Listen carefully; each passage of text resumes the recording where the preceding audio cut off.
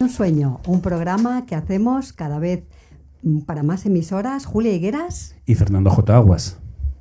En emisión por www.xradiotelevisión.es, Radio Cadena Española Madrid, Armonía Duero de Tordesillas, Diámetro Radio de las Islas Canarias, Asturias 78 de Valencia y Radio Sur FM de Córdoba. A todos los oyentes, un cordial saludo desde Madrid. Hola Julia, una semana más empezamos la aventura radiofónica en la que siempre aprendemos nuevas cosas con cada uno de nuestros invitados.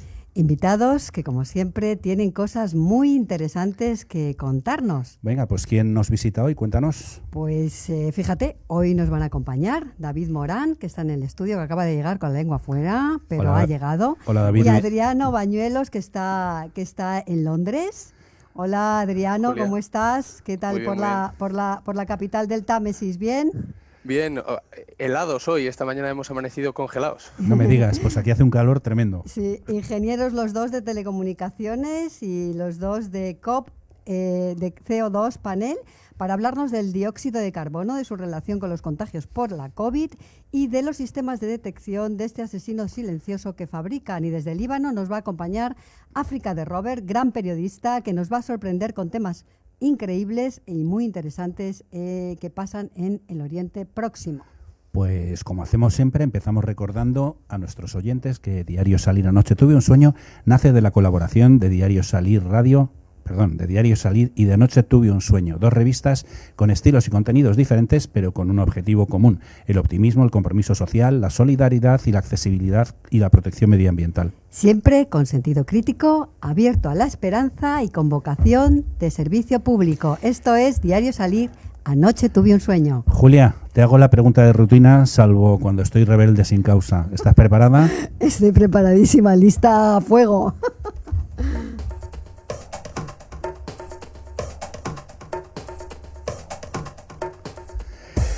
Pues vamos a hablar ahora del CO2 o dióxido de carbono, un gas producido por los seres vivos al respirar, un amiguito letal en altas concentraciones que está muy presente en nuestras vidas, a veces más de lo que quisiéramos.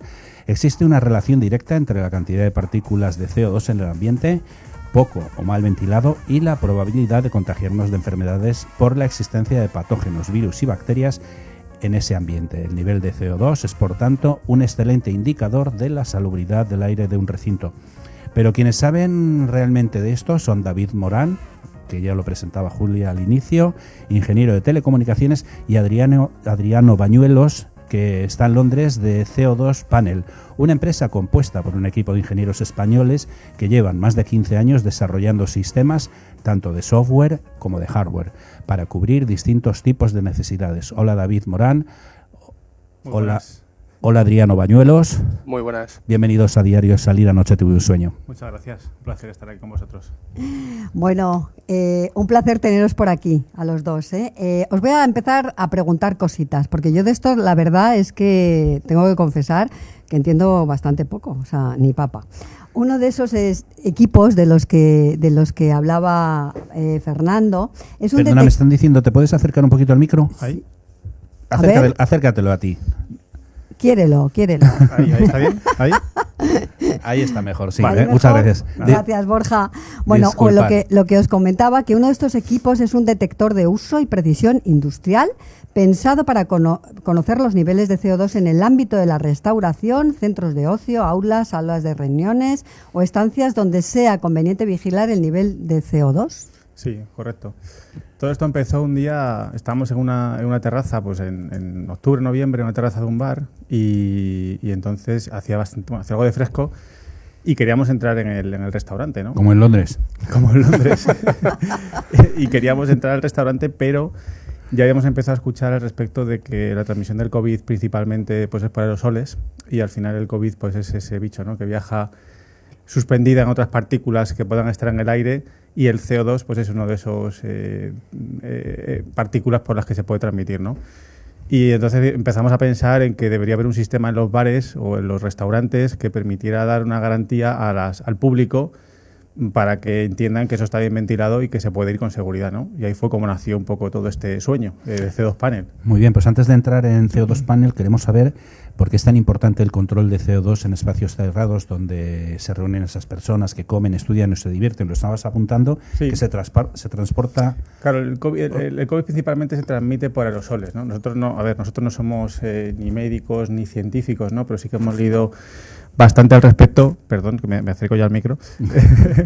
y lo que sí que sabemos, ¿no? Es que al final la transmisión por aerosoles es una vía de las más potentes por las que el COVID se transmite. Y cuantas más personas hay respirando en un recinto, mayor es el volumen de aerosoles, mayor es el volumen de aire respirado. Al final, el hecho de que haya mucho CO2 en un entorno significa que hay aire que ya ha respirado otra persona. Ese aire que ya ha respirado otra persona, evidentemente, pues esa persona tiene COVID, pues lo estamos respirando y las probabilidades de contagiarnos pues son altas, ¿no? Adriano, Sí. esta va para ti. Vale.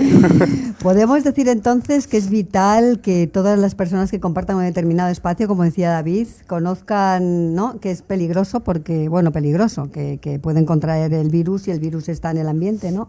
Conozcan estas personas que en cada momento, si es seguro o necesita ser ventilado el espacio donde están. Es fundamental.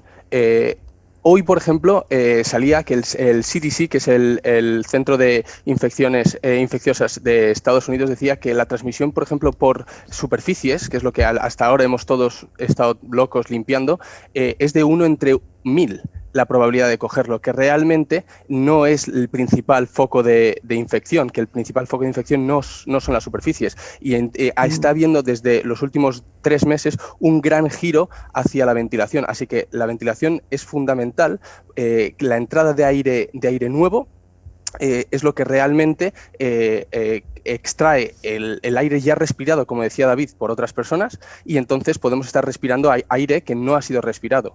Entonces, la función fundamental de los medidores de CO2 es controlar ese aire.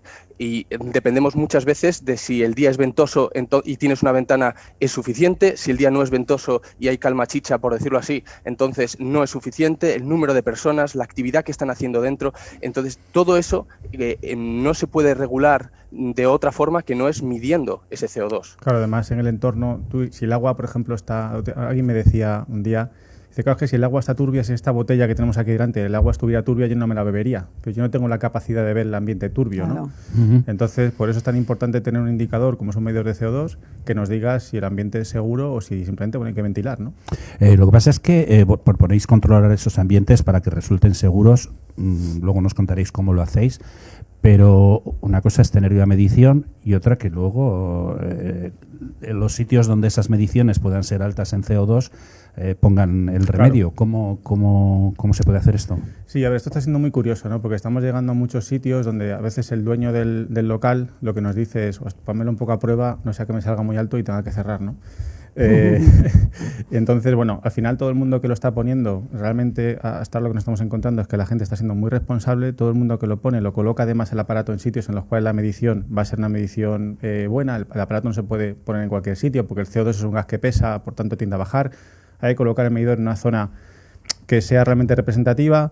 Y luego, pues en el caso de que el local esté mal ventilado y una ventilación natural, simplemente abrir ventanas o puertas, no sea suficiente, pues hay que recurrir a sistemas mecánicos de renovación de aire, ¿no? Donde lo que se hace es meter aire limpio del exterior y sacar el aire, desalojar aire que está en el interior. Se puede hacer con sistemas muy baratos y muy sencillos, como son ventiladores en ventanas, o con sistemas más complejos que normalmente todos los grandes centros comerciales están dotados, ¿no?, de estos sistemas.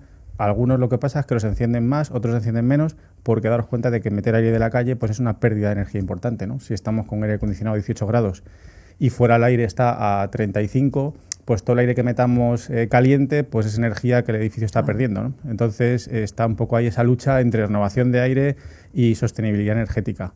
Y el aparato lo que viene a hacer es un poco a garantizar que estamos trabajando en el rango óptimo, ¿no? Que no ventilamos más de lo necesario, pero que ventilamos lo suficiente para que los clientes que estén en un establecimiento pues lo estén de forma segura.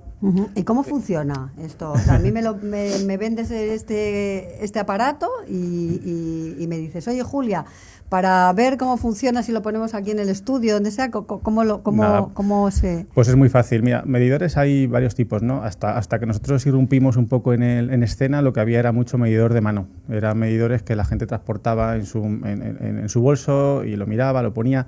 Esos medidores están bien como para un uso personal, pero no están bien como para ser parte de la infraestructura de un edificio. Lo que hace falta es un aparato que pueda estar instalado 24 horas al día en un local y esté constantemente dando mediciones.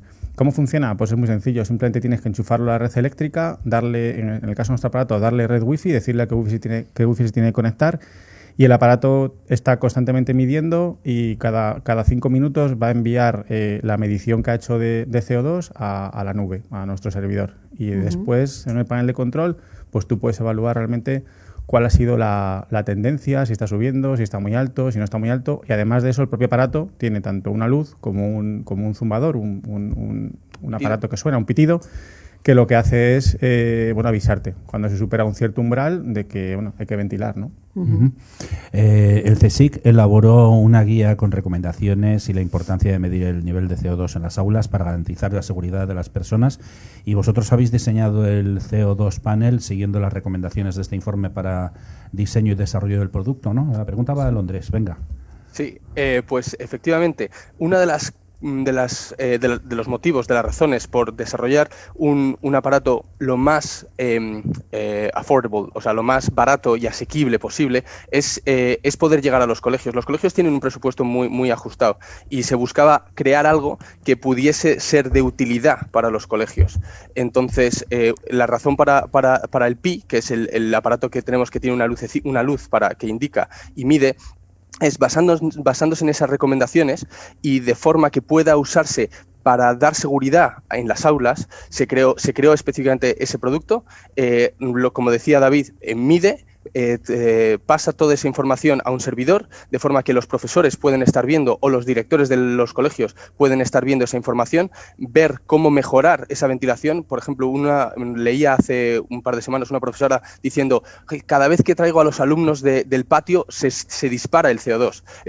Y lo veo en otras aulas. Entonces, de forma que ya viendo esos gráficos, puedes, antes de que vuelvan los niños del patio, por ejemplo, los mantienen 5 minutos tranquilos antes de meterlos dentro de la clase, para que no respiren de forma tan vigorosa. Ese tipo de cosas con un medidor de mano pues es más complicado. Tú no puedes entrar a una clase y luego salir. Entonces, por eso, diciendo, con las recomendaciones que hay, un aparato que realmente dé toda esa información, y además, como últimamente lo están haciendo en los colegios que lo están instalando, cogen esa información y la hacen accesible a los padres. Siendo un padre que al final muchos de estos medidores han sido comprados por AMPAs y por asociaciones de padres y madres que lo que querían es ayudar a los colegios, porque los colegios tienen presupuestos muy, muy ajustados, y eso es algo que sabemos todos. De forma que ahora, por ejemplo, esos padres pueden acceder a esa información y dicen, es que en el colegio en el que van mis hijos, que al final yo tengo hijos también, todos, muchos de nosotros tenemos hijos, queremos estar seguros de que están en el mejor ambiente posible y siguiendo la educación, que es muy importante. Sí, además, Adriano, es importante, ¿no? Porque ya tampoco tienen que estar con el abrigo en clase, ¿no? Exacto. O sea, porque claro, es que, claro, o sea, se acatarraban, igual no cogían el COVID, pero cogían unos gripados de AUPA. Sí, en el colegio de mi hijo, por ejemplo, decían, no, vamos a, como están las ventanas abiertas, los niños tenían frío y acaban todos los niños apelotonados en una esquina, claro, entonces, sin distancias, o sea, peor el remedio que la enfermedad. Dice, no, vamos a abrir las ventanas, como no sabemos cuántos, las abrimos a tope, están helados de frío y acaban todos los niños en una esquina juntos, lejos de la ventana. Pues eso no es el objetivo. El objetivo es saber cuánto tienes que abrir la ventana. Otros profesores comentaban por Twitter hace un mes, dicen, no, es que ahora ya sé que con abrir la ventana un palmo es suficiente para lo que es el régimen normal. Eso no lo sabes si no tienes un aparato constantemente ahí midiendo y analizas un poco, que eso es cuestión de entender un poco cómo la ventilación funciona en ese aula. Además es importante, como decía David, el tema de los LEDs, que es progresivo, es decir, tiene 3 luces y entonces cuando coge la luz, se enciende la luz intermedia, pues ya no hace falta que esperes al último momento, ya puedes abrir, ventilar, ver que esa luz baja, ¿no? Se pone en verde y entonces cerrar de nuevo, ¿no? O por lo menos dejarlo con ese palmo que dices. Sí, lo que recomiendan efectivamente es dejarlo con ese palmo. O sea, no se recomienda hacer ventilo, cierro, sino la gracia está en buscar la ventilación mínima necesaria para que el nivel esté siempre en verde, es lo que se persigue. Qué bien. Pues además de medir CO2, ¿facilita otras mediciones? Bueno, tenemos también medición de temperatura, pero he de decir que lo que nuestros clientes principalmente demandan y en lo que se fijan cuando compran el dispositivo es CO2. Claro. Porque es lo que más les interesa ahora. Claro. El momento. Sí. Luego Además, les interesarán también otras cosas. Comentabas antes que esos niveles de CO2 se reciben avisos en el móvil y que desde el mismo móvil tú puedes definir las alertas que quieres, ¿no? Sí, a ver, nosotros somos muy frikis, ¿no? Entonces hemos desarrollado un montón de cosas que realmente es muy triste porque nadie usa, o casi nadie usa, pero están ahí. Entonces el aparato está concebido te permite de manera muy sencilla, tú le pones un nivel de CO2 y te puede mandar un email, ¿no? Pero es compatible con una cosa que se llama IFTTT, que es un protocolo que hay en Internet, que no voy a aburrir ahora mucho contándolo, pero que básicamente es que el aparato nuestro está diseñado y preparado para conectarse con Internet de las cosas. Es decir, puede hablar con cualquier equipo que sea compatible con Internet de las cosas. ¿Qué equipos son compatibles con Internet de las cosas? Cualquier aparato de estos que compramos en Amazon que es compatible con Alexa o con Google Home es compatible con nuestro aparato. Es decir, imaginemos que tenemos un relé domótico de estos que se compran en Amazon que nos permite encender o apagar una luz que tenemos, ¿no? Y lo encendemos o apagamos con el móvil. Pues el Pi, por ejemplo, podría accionar una luz roja, ¿no? En el momento en el que suba el nivel de CO2, o podría encender un enchufe al que tengamos conectado un ventilador. De hecho, tenemos en el blog un desarrollo de un sistema de ventilación ultra low cost basado en ventiladores que se encienden con estos enchufes que van pilotados con que el Pi le dice, oye, ha subido el CO2 al nivel que me han marcado, enciende este enchufe y este enchufe, que son los ventiladores que van a meter y sacar aire, ¿no? Porque siempre tuvimos en la cabeza que los coles tuvieran una alternativa muy sencilla y que pudieran crear un sistema muy sencillo de ventilación con una inversión muy, muy baja.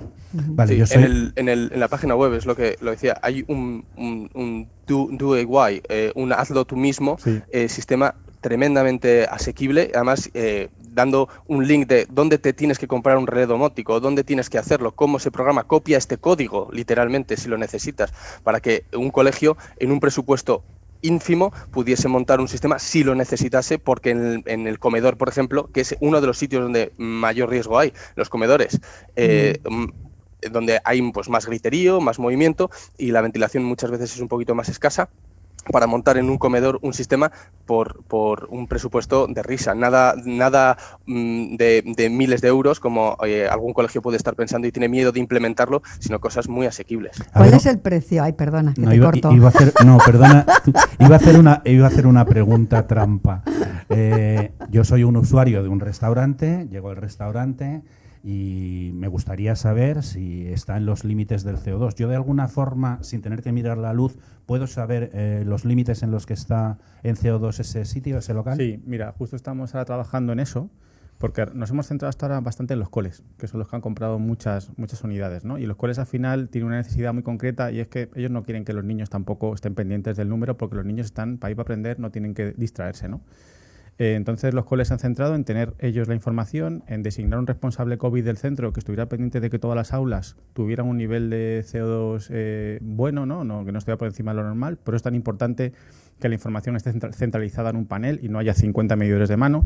Y en los coles lo han resuelto así, con el aparato en la pared que el maestro ve que se pone amarillo, oye, abre las ventanas, y con un responsable COVID viendo todas las aulas y tal, viendo que todo está ok, eso les ha servido. Ahora el siguiente paso es llegar a los restaurantes y en general a las oficinas o los locales donde hay público. Ahí lo que buscamos es que el gerente del sitio tenga una buena información, por eso lo que le damos es un panel de control donde él tiene toda la información de todos los sensores que tiene en sus salas, pero ellos también quieren, los dueños de estos locales, y nosotros también queremos como visitantes, ¿no? Como clientes de estos restaurantes, usuarios, que realmente la información esté a disposición del público. Entonces lo que hemos diseñado es un sistema que en una pantalla de televisión o en una pantalla tipo como de LEDs que sale un texto, el usuario pueda ver esa información. Entonces los bares lo están montando justo al lado de donde te colocan el alcohol, para que te limpien las manos, muchos restaurantes ya están empezando a colocar ahí nuestro monitor de CO2 para que el que viene, el visitante, vea que realmente el nivel de CO2 es bajo, ¿no? Y también se puede colocar, supongo, no sé, en cines, en teatros, También, sí, en yo qué sé, en museos, cualquier sitio que esté confinado, gimnasios, el gimnasio sería fundamental. Date cuenta que en gimnasio la emisión de aerosol, yo me llevo las manos a la cabeza cuando hay estas estadísticas. No, solamente el 3% de no sé qué es en no sé qué sitio. Digo, pero es imposible saberlo, pero... Sí, además Adriano apuntaba una cosa que no se nos había ocurrido, y es que los niños suben del patio como locos después de haber corrido y tal, y aumenta el nivel de CO2. Luego en un gimnasio eso tiene que multiplicarse por bastante, ¿no? Sí, exactamente. Justo además, da un poco, pero contacto hace un mes con algún gimnasio y claro, desgraciadamente, como no hay recomendaciones oficiales por parte del gobierno y demás, la respuesta es: lo siento, pero no vamos a implementar cosas. Aunque es un sitio en lo que, por ejemplo, salía hace en Estados Unidos un artículo hablando de un contagio que había habido en unas clases de spinning. Yo he hecho clases de spinning, muchos de nosotros habremos entrado en algún gimnasio. Mi madre es una forofa de las clases de spinning y claro, realmente hay cosas que tú no puedes controlar. Da igual que lleves una máscara o lleves un traje de buzo. Si el ambiente está que lo puedes cortar con una navaja, es que van mal las cosas. Es increíble, ¿no? Ibas a preguntar algo antes que te he cortado. Pues sí, iba a preguntar el precio, que Sí. hablábamos tanto de tal y yo estaba emocionada cuando decía Adriano, pues es muy asequible. Tal. ¿Qué significa eso? A ver, cuéntanos, que lo oigan nuestros oyentes. Nada, bueno, pues es muy barato realmente, como dice Adriana, ¿no? Son 129 euros con IVA incluido lo que es cada dispositivo. Y bueno, pues hay locales o hay sitios en los cuales con un dispositivo es suficiente para esa medición, y hay otros locales en los cuales pues es necesario instalar, pues depende, 2, 3, depende de las salas. Ayudamos también a los restaurantes, a las oficinas, a los sitios a elegir dónde los tienen que instalar. A veces nos mandan el plano y les decimos, pues mira, coloca 3, uno aquí, otro aquí y otro aquí. Y ese es el precio que tiene, 129 por unidad con IVA incluido. Pues me parece muy asequible. Pues sí. He leído que es un dispositivo IoT con función data logger, pero me he quedado igual que si hubiera intentado leer el Quijote en chino. ¿Qué significan estos conceptos de dispositivo IoT o función data logger? Sí, mira, lo que quiere representar eso, claro, todas esas siglas, ¿no? Como te decía antes, que son muy frikis, todas esas siglas van enfocadas a atacar a alguien que busque eso, ¿no? Porque realmente le resulta importante. Hay gente que lo que quiere no es consumir la información metiéndose en nuestro panel de control. Hay gente que tiene un restaurante, que tiene una página web chulísima y quiere dar al público que se mete en su página web la información del nivel de CO2 que tiene su local, para que cuando van a hacer la reserva o cuando van a ver el restaurante puedan ver en su página web ese valor. Entonces nosotros tenemos implementadas una serie de funciones para que cualquier restaurante pueda integrarse contra nuestro servidor y sacar el dato de CO2 que tienen en cualquier sitio, de manera muy sencilla. Bueno, un restaurante se lo puede pagar, pero en colegios...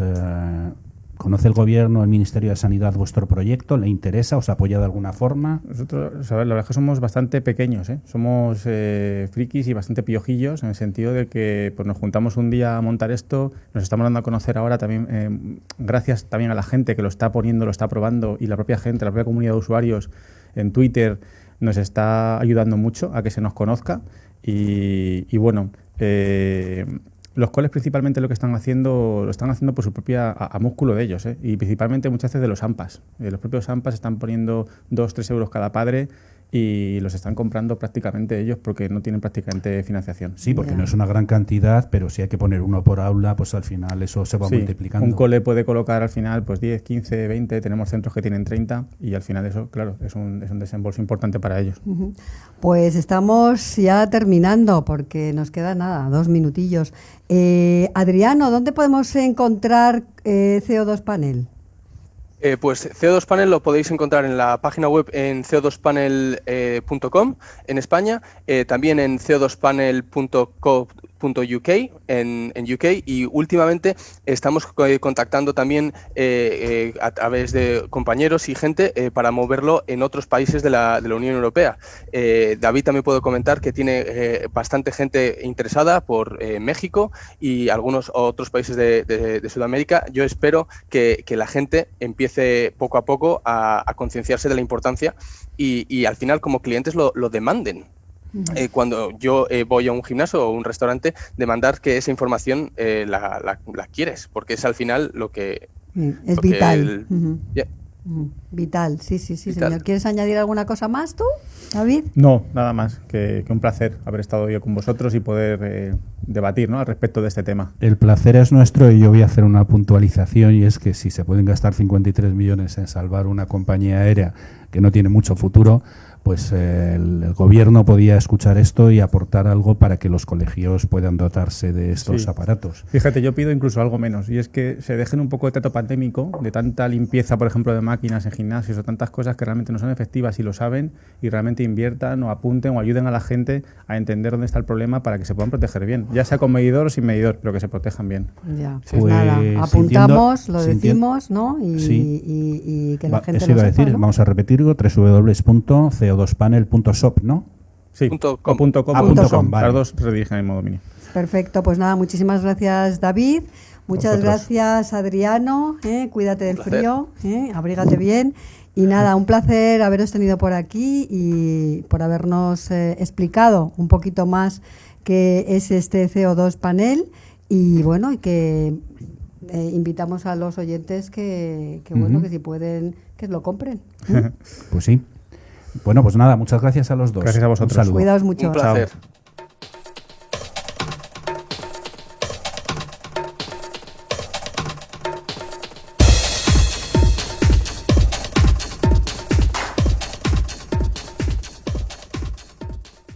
Soy Lola Rodríguez, comisaria de arte de dos magníficas exposiciones que podéis visitar en las siguientes fechas. La primera, en el Centro Comercial Moraleja Green, donde exponen dos grandes artistas, Joaquín González y Goyo González.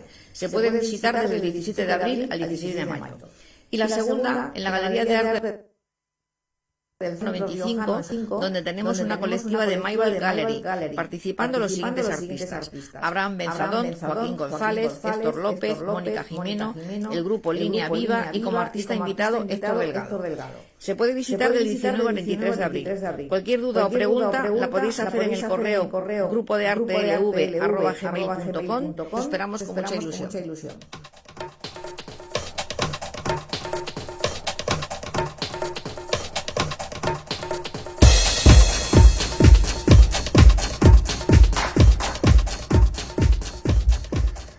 Y antes de pasar con nuestra siguiente entrevistada, vamos a hacer un par de apuntes históricos, como es costumbre en este programa, y es que el 4 de abril de 1284 fallecía en Sevilla Alfonso X el Sabio, un gobernante esencial para entender la Edad Media, por su contribución al derecho, la cultura y la política.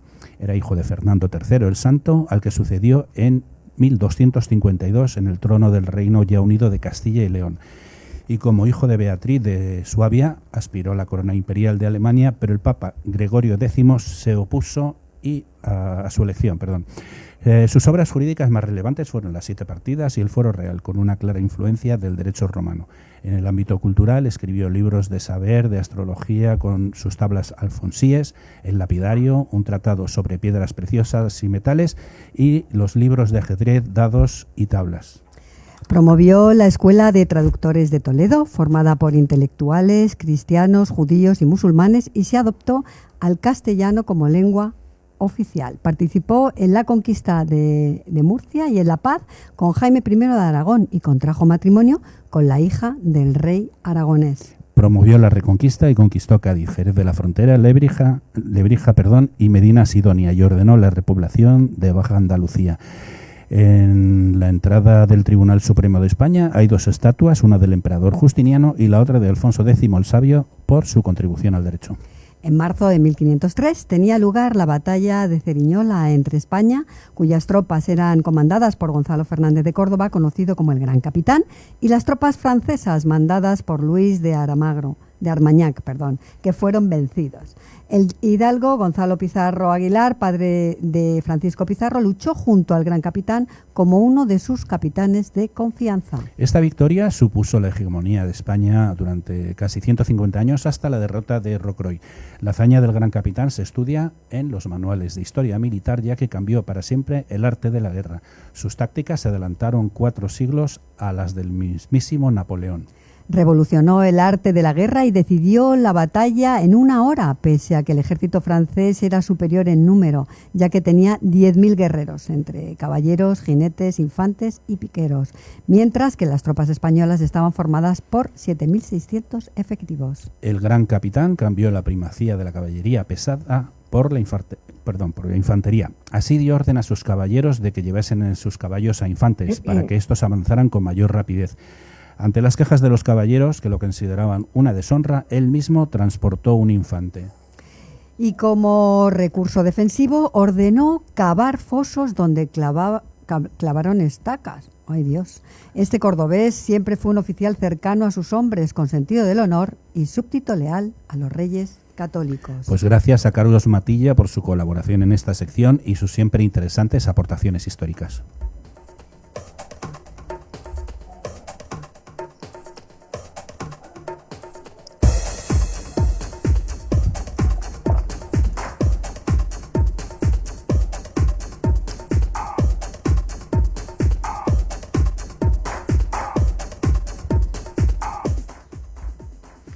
Damos ahora la bienvenida a Diario Salir Noche, Anoche tuve un sueño, a nuestra siguiente invitada, África de Robert, que está bastante lejos, en Líbano. Hola, África. Muy buenos días, Fernando. Siempre es un placer hablar con vosotros. No, el placer es nuestro. Hola, África, querida. Qué lejos estás, pero qué cerca te oímos. Estamos aquí al ladito. Solo tienes que cruzar el charco, el Mediterráneo, y estamos conectados. Preciosa ciudad, mar. Beirut, ¿eh? ¿Tú sí la conoces, Julia? Yo sí, he estado varias veces. A mí me decía ayer que tengo que ir por la zona porque me va a encantar. Os atiendo desde Tiro, que es una Tiro. ciudad al sur del Líbano, Okay. a unos 40 kilómetros de Beirut, que es una ciudad con muchísima historia. Dicen que es una de las ciudades más antiguas del mundo, de hecho. Fundada por los fenicios 3 milenios antes de Cristo, era una de las ciudades más importantes a nivel comercial de todo lo que era la era fenicia. Y desde aquí os atiendo. Pues es un escenario muy interesante para periodistas de raza y de la vieja escuela como tú, aunque eres muy joven, y para todos aquellos que están interesados por la política internacional y sobre todo por la situación de Oriente Próximo. África, esta chica que está aquí a mi lado es Julia Higueras, que te hablaba de ella ayer, es mi compañera, mi colaboradora, mi codirectora y mi copresentadora. Y bueno, pues hacemos este programa en el que estamos encantados de que compartas estos minutos con nosotros. Un placer, Julia. Lo mismo digo, querida. Hechas las pertinentes presentaciones, voy a contar a nuestros oyentes que África de Robert es licenciada en Periodismo y en Comunicación Audiovisual por la Universidad Internacional de Cataluña. Habla 6 idiomas: español, inglés, francés, italiano, árabe y catalán.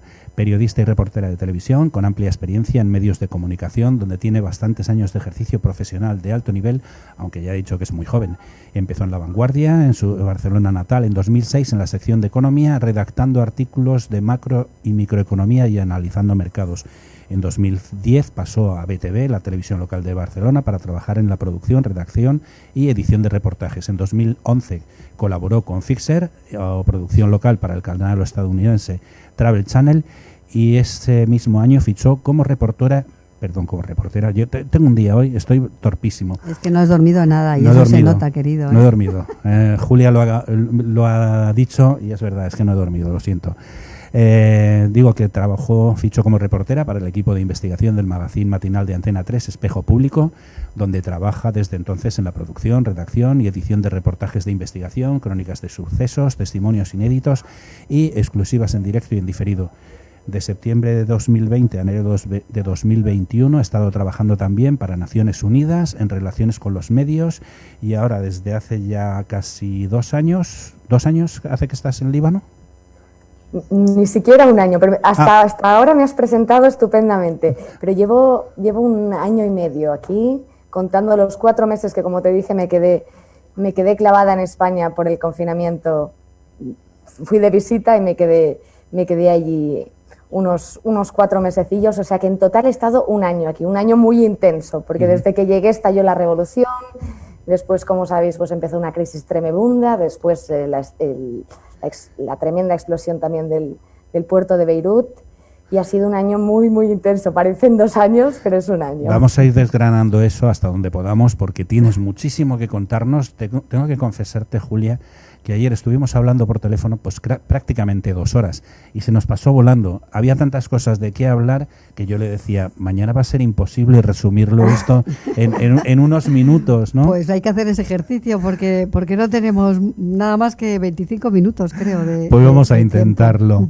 Estudiaste árabe en la Casa Árabe y te fuiste allí pues un poco para practicarlo y porque te llamaba la atención conocer la política y la sociedad de Oriente Próximo, ¿no? Sí, si me preguntas por qué empiezo a estudiar árabe, la verdad es que es algo que yo creo que viene de mi infancia.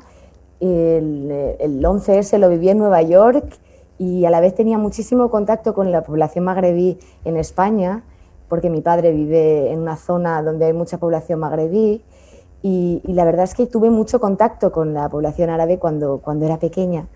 Y cuando ocurrió el atentado del 11 de septiembre en Nueva York, fue el único y primer viaje que he hecho con mi padre, primer y único viaje que he hecho con mi padre, y allí estaba yo con 11 años.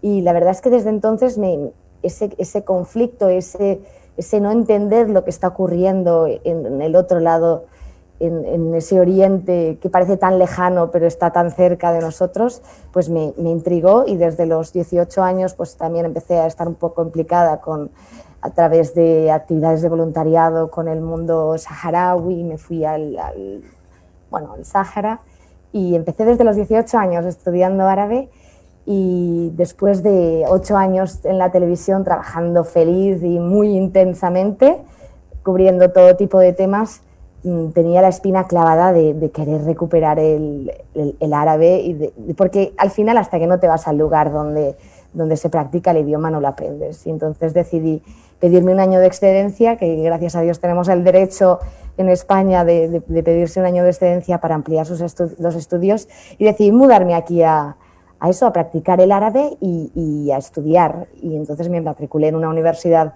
la mejor universidad de Oriente Medio, tengo que decir, en la Universidad Americana de Beirut, y empecé un máster en Relaciones Internacionales muy interesante, interesantísimo, y además justo un mes después de aterrizar yo el pasado agosto, no este agosto, el anterior agosto, estalla la revolución en Líbano, y da la casualidad de que mis profesores de la universidad son los que encabezan esa revolución. Y entonces hacemos las clases en la calle y lo vivo todo de primera mano. A la vez voy trabajando, pero poco trabajo, la verdad, por parte desde los medios españoles. Nos queda un poco lejos. O sea, tenemos demasiados problemas en casa y a veces nos cuesta mirar lo que está ocurriendo en el otro lado del Mediterráneo. No, pero además es que has estado metida en más de un berenjenal desde que estás allí, y ahora iremos desgranándolo. Pero Julia, tengo que contarte que yo conocí a África porque nos unió profesionalmente la casualidad. Ella desde Antena 3 y yo porque tuve bastante relación, que no viene el caso, con César Román, conocido como el Rey del Cachopo, y que ahora espera en prisión a ser juzgado por el presunto asesinato y mutilación de su novia Heidi. Amistades peligrosas. Peligrosísimas. No te voy a preguntar por este caso, África, porque no es lo que hemos querido traerte para charlar contigo, pero me comentabas que en parte fue el detonante que te hizo querer cambiar de aires, porque llegó a ser un poco obsesivo el caso y pasaste malos momentos leyendo sumarios, haciendo entrevistas, hablando con la hermana de la fallecida. Lo pasaste mal durante esos meses de incertidumbre sobre el cadáver de Heidi y con toda esta historia, ¿no? Yo tengo que decir que admiro muchísimo a los periodistas de sucesos, porque realmente tienen una labor dificilísima el mantenerse firmes y el mantenerse informando cuando tienes tanto contacto con los familiares de las víctimas, cuando es un caso tan dramático como esta chica que perdió la vida de una forma muy cruel. Y cuando tienes que tener contacto con los familiares de la víctima y a la vez con el asesino, porque a mí me tocó, tuve que tener un par de encuentros con él. En los momentos en los que lo llevaban a declarar, pues me tocaba estar ahí en los juzgados, en las puertas de los juzgados, en las puertas de las comisarías, Y la verdad es que no es agradable el tener que estar siguiendo un caso como este, y admiro muchísimo a los periodistas de sucesos que tienen esa fortaleza de seguirlo. Pero yo, efectivamente, si hay conflictos en el mundo que están afectando a millones de personas, como es el caso del Líbano, que es el país del mundo con más refugiados per cápita del mundo, y eso yo sabía que eso, yo desde pequeña he sabido que eso es lo que me interesaba seguir. En estos casos, que como digo, admiro muchísimo a los periodistas de sucesos que los siguen y que son capaces de informarnos, porque eso también es actualidad y eso también está ocurriendo, y el saber de esas noticias pues quizás pueden ayudar a acabar con el maltrato y a acabar con la violencia de género. O sea que también son necesarias, pero ese yo sabía que no era mi camino y quizás fue ese caso el que me empujó a venirme para acá. ¿Y cómo se abren las noticias sobre Líbano, sobre Oriente Próximo, en esta montaña de noticias de la pandemia? Porque parece que todo es pandemia, pandemia, pandemia, pandemia y no existe nada más. Ha dejado de existir otras cosas, ¿no? Bueno, tiene que ocurrir algo muy, muy grande para que se cubra en esta zona del mundo, como la explosión en Beirut. O sea, yo, por desgracia, no he recibido muchas llamadas por parte de los medios con los que colaboraba hasta que ha ocurrido una desgracia tan inmensa como es la explosión enorme del puerto de Beirut, que acabó con la vida de más de 200 personas y 300.000 personas sin hogar. Pero entonces ese tipo de noticias los que atraen, porque más allá de eso estamos todos igual, estamos en todas partes del mundo, estamos igual, estamos con las mascarillas, estamos ahora en fase de vacunación. Aquí, por desgracia, menos personas pueden acudir a los centros de vacunación porque no tienen acceso a ellas. Ahora aquí están vacunando con Pfizer también a los mayores de 70 años. Y la verdad es que esa es la noticia hoy en día, o sea, tampoco te puedes alejar mucho de ello. Es lo que hay, o sea, los otros problemas son secundarios cuando estás en una pandemia mundial. Vamos a hablar, antes de entrar un poquito más a fondo en esa gran explosión, que daremos datos que a la gente le va a sorprender, vamos a hablar de tu primera impresión al llegar a Líbano, porque una semana después de llegar a Beirut y a 3 kilómetros de tu casa estallaron 2 drones israelíes llenos de explosivos. La tecnología al servicio de las masacres, ¿no? Sí, la verdad es que es un país, como sabéis, que sigue en guerra con el vecino Israel y tiene muy difícil solución. Y yo al llegar, pues la verdad es que ya había estado en Líbano antes, ya había visitado Beirut y me había parecido una de las ciudades más apasionantes y más bonitas del mundo, con más historia del mundo, por la tremenda guerra civil también que sufrieron desde 1975 hasta 1990, y todas las huellas de la guerra continúan vigentes en sus edificios, en las fachadas de sus edificios.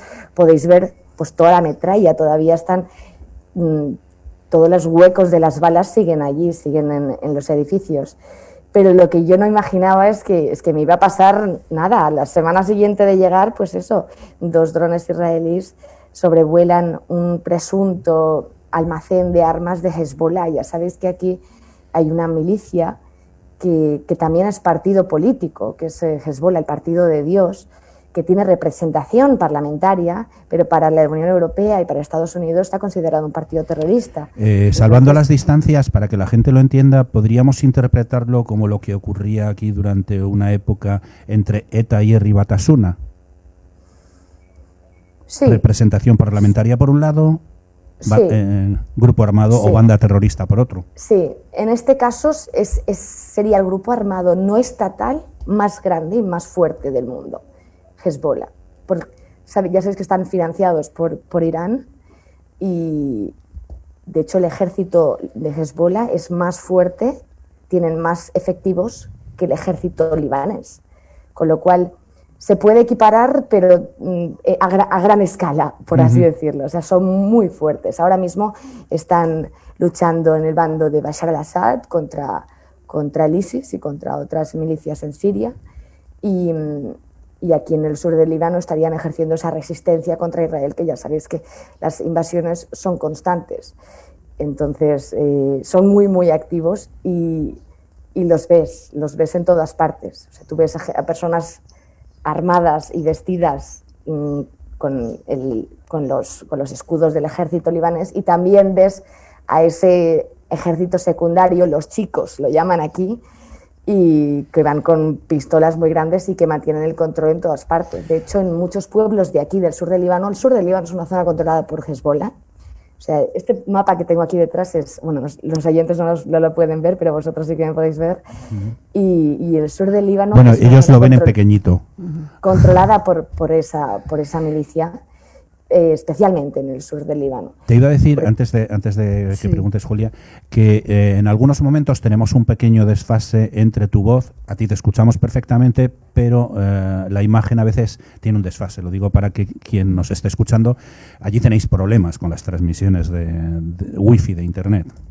Cuando comentabas... Tenemos muchísimos problemas, sí. Y de hecho, si me decís que me oís o me veis mal, puedo probar de conectarme mejor, porque es que realmente es un completo caos aquí con las telecomunicaciones. Te vemos fenomenal. Te vemos quizá con un desfase a veces, pero te escuchamos perfectamente. Pero está perfecto, o sea, te escuchamos súper bien, África, de verdad. Y yo estoy aquí acercándome... Teniendo en cuenta que estamos en un país... Teniendo en cuenta que estamos en un país que sufrimos cortes de luz cada 3 horas, el sistema eléctrico pues todavía no ha llegado al Líbano. Aquí estamos a base de generadores que van a base de gasolina y de diésel, porque el gobierno está completamente arruinado y no tienen para mantener un sistema eléctrico, con lo cual tenemos cortes de luz cada 3 horas y es una situación, la verdad, que complicada. Imagínate una rueda de prensa del presidente de gobierno y de repente se va la luz. Pues esto es libertad. Y eso ocurre, como decíamos ayer, en el país que llegó a ser considerada la Suiza de Oriente Próximo. Efectivamente. De hecho, está considerado, y esto es una curiosidad, estaba considerada la Suiza de Oriente Próximo porque había mucha riqueza, porque es un país que tiene una arquitectura impresionante, porque también tienen las montañas que tiene Suiza. Sabes que aquí hay una sierra el Líbano es un país muy pequeñito, que es la costa de Siria, y entre Siria y Líbano hay una sierra que son las montañas del Líbano, en las que puedes ir a esquiar tú los fines de semana, puedes ir a esquiar cuando quieras. Ahora de hecho está nevando allí, entonces es un país que es solo costa y montaña, entonces tienes unas pistas de esquí impresionantes, había un nivel de vida impresionante. Yo tengo que decir, curiosidad, que mi abuela vivió aquí antes de la guerra y ella siempre me había hablado del Líbano como un país, como un país, la perla de Oriente, como lo llamaban entonces. Y bueno, la verdad es que cuando volví el año pasado me di cuenta de que ya no queda nada de eso. Y hablabas antes de una gran explosión, y llega un 4 de agosto de 2020 a las 6:10 de la tarde y se produce la gran explosión del puerto de Beirut, donde desde hacía 6 años se almacenaban mal conservadas y sin medidas preventivas 2.800 toneladas de nitrato de amonio de gran capacidad explosiva. Como así fue, murieron 180 personas, 200 has dicho, y no solo por la explosión en sí, sino cuentas que acribillados por cristales y enseres de sus propias oficinas y casas. 6.500 heridos según la Organización Mundial de la Salud, 215 muertos. Pero de esos 6.500 heridos, esas personas son las que han acudido al hospital porque sufrían algún tipo de herida grave. Todos mis amigos sufrieron algún tipo de corte y no acudieron al hospital por los cortes, se quedaron en casa recogiendo sus cristales y esperando a que la persona que pudiera reparar esas ventanas viniera a su casa, pero hubo un momento en el que estaban completamente desbordados los cristaleros y estuvieron sin ventanas muchas personas durante 2 meses. El gran drama, además de las 200 personas que perdieron su vida, es que no se ha hecho justicia. 6 meses después, la investigación continúa completamente bloqueada. Sí que ha habido algún tipo de arresto a algún responsable portuario, pero por así decirlo, de bajo rango. Y meses después también se han filtrado documentos en los que se ha publicado que el presidente del país, que Michel Aoun y que Hassan Diab, el primer ministro del país, tenían conocimiento de que este contenido altamente explosivo estaba depositado en el puerto desde hace más de 5 años y y todavía no se ha producido ningún tipo de castigo a los responsables. Y la verdad es que tienen poca confianza aquí en el sistema político y judicial, porque es un país que, yo creo que debemos decirlo, es un país muy sectario. No sé si es una palabra que se utiliza mucho en España, pero es un país muy dividido por las religiones, y entonces todos se favorecen los unos a otros, como por así decirlo, entre familias, como una especie de mafia italiana, y entonces pocas veces se hace justicia. La verdad es que las víctimas de la explosión tienen poca esperanza en las autoridades y en que se consiga llegar a una conclusión con esta investigación, y por desgracia han estado abandonados y han sido ellos mismos los que han tenido que reparar sus casas, que pagar las facturas de los hospitales. Lo bonito del Líbano también es que ha habido un movimiento de solidaridad, hubo un movimiento de solidaridad brutal los días siguientes a la explosión, y que, por ejemplo, los cirujanos plásticos se movilizaron para arreglar, ya sabéis, para hacer cirugía estética a todos los afectados, también refugiados sirios. Uno de mis mejores amigos es un chico que tiene asilo aquí en el Líbano y que perdió completamente, casi pierde la vida, porque el cristal él estaba trabajando en un edificio que está justo enfrente del puerto de Beirut. ¿Te refieres a Ali, el fotógrafo? No, es otro amigo mío que se llama Ahmed. Él es de Alepo y llevaba 7 años aquí en Líbano. Y pues casi pierde su vida porque estaba trabajando justo en una escuela, estaba dando clases de árabe en una escuela enfrente del puerto, y le fue directo por las ventanas. Ya sabes que cuando hay una explosión de este tipo, que estamos hablando de una de las explosiones más grandes de la historia, sí, dicen equiparadas que con las explosiones nucleares de Hiroshima y Nagasaki. Y cuando hay una explosión de este tipo, la onda expansiva es tal, de más de 10 kilómetros, que todo aquel que tenga las ventanas cerradas en sus casas va a ser una bomba. Entonces, también hay casos con suerte. Tengo otros amigos que por suerte ellos tenían las ventanas abiertas y estaban delante del puerto de Beirut y están intactos. Bueno, es increíble, ¿verdad? África, la primera con suerte fuiste tú, porque La primera con suerte fui yo. Una semana antes de la explosión estaba allí. Pero además la casa donde estabas... a 200 metros del puerto. Y la casa donde estabas quedó destrozada. ¡Qué horror! La casa quedó completamente destrozada. Y yo, la verdad es que vi claro que no quería quedarme en Beirut. Es que estaba convencida, me tengo que ir al sur del Líbano porque aquí hay más oportunidad, porque ahora mismo está más interesante para llevar a cabo las investigaciones que estoy haciendo ahora para mi tesis, para el máster, y tenía claro que quería mudarme aquí, y una semana antes justo me mudé aquí y pasé luego por delante de mi casa y estaba hecha trizas. Pero la verdad que sí, que yo volví a nacer. Exactamente. Una persona con muchísima suerte. Yo estaba a 1 hora del Líbano, a 1 hora de Beirut, perdonad. Por supuesto que en el momento en el que me entero de la explosión, cojo el coche y me voy para allá. Y llego a un Beirut completamente destrozado, arrasado, que yo no conocía. Completamente desconocido, con todas las personas prendidas en pánico, corriendo por las calles llenas de sangre. Y me toca ponerme a trabajar y a cubrir desde un primer momento, con lo cual la verdad que no tienes tiempo de reflexionar. Llamé a mi cámara, a un colega cámara, y le dije: Ali, te necesito que empecemos a trabajar desde ya. Me quedé a dormir en su casa. África. Sin ventanas, sin agua caliente, perdón. Perdona que te corte. Es que estamos poniendo unas imágenes de Beirut en el momento de la explosión para que la gente lo pueda ver, quienes nos siguen por streaming. Pero te tengo que decir también que es que nos quedan 2 minutos. Son tantas las cosas que podíamos hablar me lo había dicho Julia, dices que son muchísimas preguntas, cosas muy interesantes, pero no nos va a dar tiempo. Digo, pues no nos va a dar tiempo. Pero hay 2 cosas que no quiero dejar pasar. Por un lado, tu faceta solidaria allí. Estás colaborando con un cura irlandés que está enseñando a niños que trabajan desde los 5 años y que por la tarde, por lo menos, este hombre les está escolarizando y tú le estás echando una mano.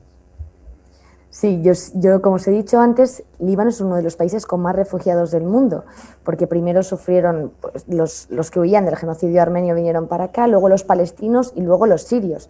Entonces es un país que tiene 7 millones de habitantes, 2 millones son refugiados.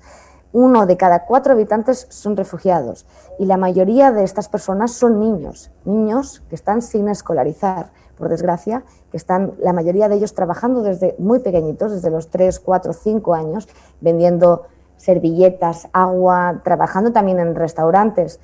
Y conocí a este sacerdote irlandés que empezó a escolarizarlos y la verdad es que dije, yo quiero ser parte de este proyecto, además que tiene que ver con la investigación que yo estoy llevando a cabo ahora mismo. Y si alguien quiere echar un vistazo, el proyecto se llama Schools for Syria.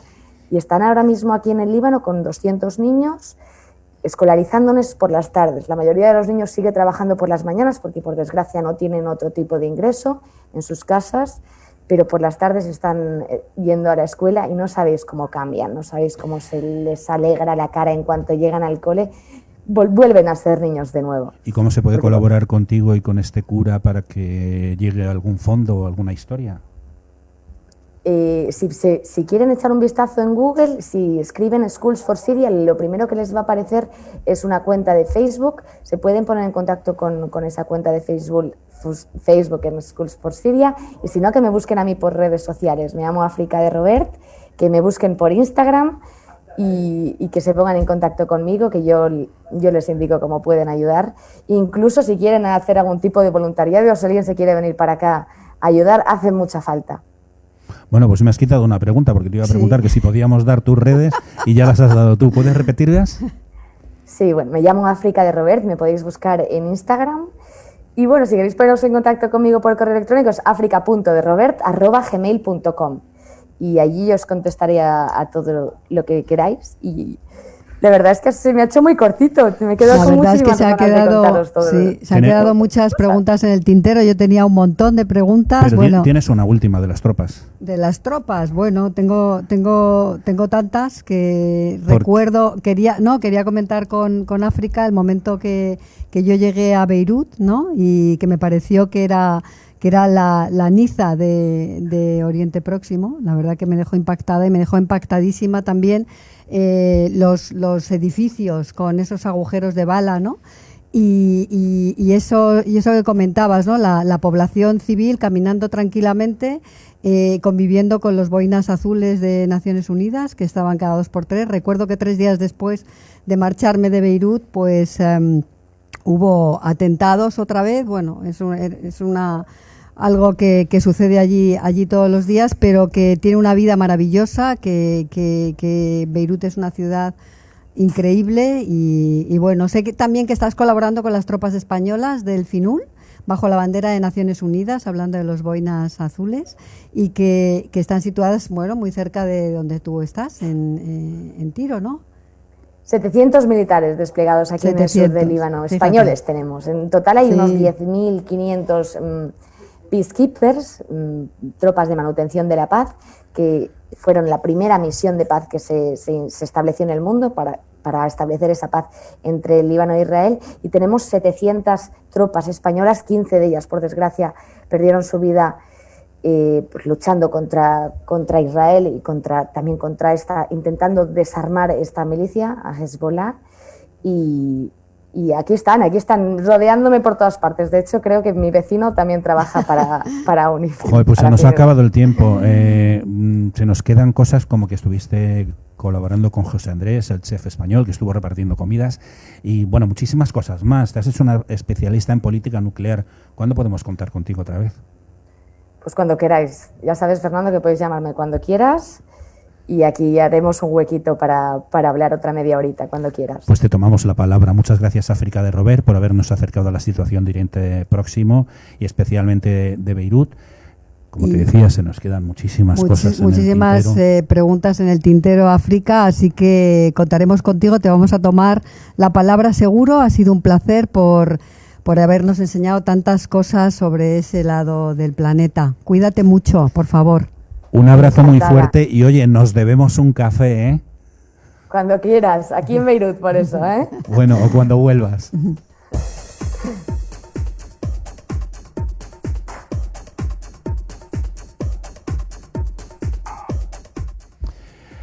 Pues nos despedimos ya, sin cánticos como en otras ocasiones, pero con tristeza como en cada programa que se acaba. Volvemos la semana que viene. Con más información y entrevistas. Todo tiene un principio y un final y hemos llegado al final de nuestro programa. Ah, pero se ha acabado ya, Fernando. Qué horror, siempre se hace tan corto. Recuérdanos quiénes nos han acompañado hoy. Nos han acompañado David Morán y Adriano Bañuelos de COP2 Panel, con quien hemos hablado del dióxido de carbono, de su relación con los contagios por la COVID y de los sistemas de detección que fabrican. Y desde Líbano, con África de Robert, periodista, que nos ha sorprendido con su visión y su información desde Líbano en Oriente Próximo. Pues hasta aquí hemos llegado. Esto fue Diario Salir. Anoche tuve un sueño con Fernando J. Aguas y Julia Higueras. Pues además del programa de radio podéis seguirnos en la web de Diario Salir, www.diariosalir.es. Y en la web de www.anochetuveunsueño.com todavía os podéis descargar el número donde celebramos el 10º aniversario de la revista. Y 2 correos, info.diariosalir@gmail.com y redacción@anochetuveunsueño.com. Esto es Diario Salir, Anoche tuve un sueño, un programa que se emite en Click Radio TV, en Radio Cadena Española Madrid, en Armonía Duro de Tordesillas, Diámetro Radio de las Islas Canarias, Turia 78 de Valencia y Radio Sur FM de Córdoba. A todos sus oyentes, un cordial saludo desde Madrid. Y también gracias a Borja Martínez, nuestro técnico de sonido. Nos vemos por streaming. Mismo día, mismo sitio, misma hora. Saludos cordiales.